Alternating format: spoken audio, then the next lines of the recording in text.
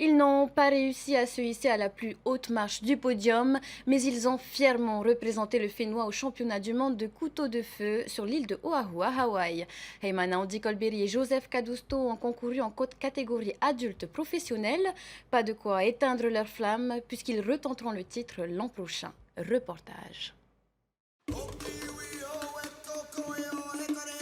Après avoir décroché le deuxième prix au Master of Flame à Aotearoa en mars, Heymana Andy Colberry décide de participer au championnat du monde chez nos voisins hawaïens.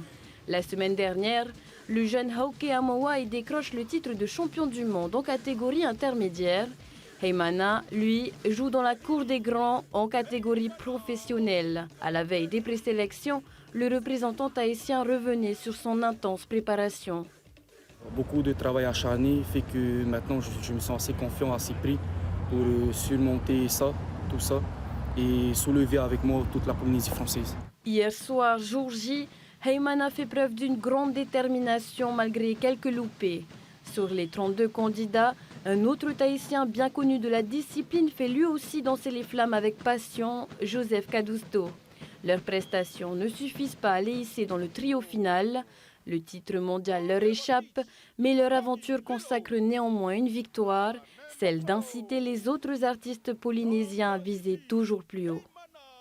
Peu importe le résultat, ça peut donner une vision pour nos jeunes, un tremplin, une preuve qu'on peut vivre de sa passion et gagner sa vie comme ça, faire ce que l'on aime. Et c'est aussi pour ça qu'on est là. Un dernier message à tous nos artistes talentueux, ne lâchez rien, continuez à vouloir vivre de votre passion. Croyez en vous, c'est ce qu'on fait encore aujourd'hui, c'est ce que fait Heymana, c'est ce que je fais. C'est important de croire en ces éléments, c'est important de croire en ces personnes, c'est important de croire en ses enfants, de croire en ses rêves, et quand il faut y aller, il faut y aller. Voilà, c'est tout ou rien.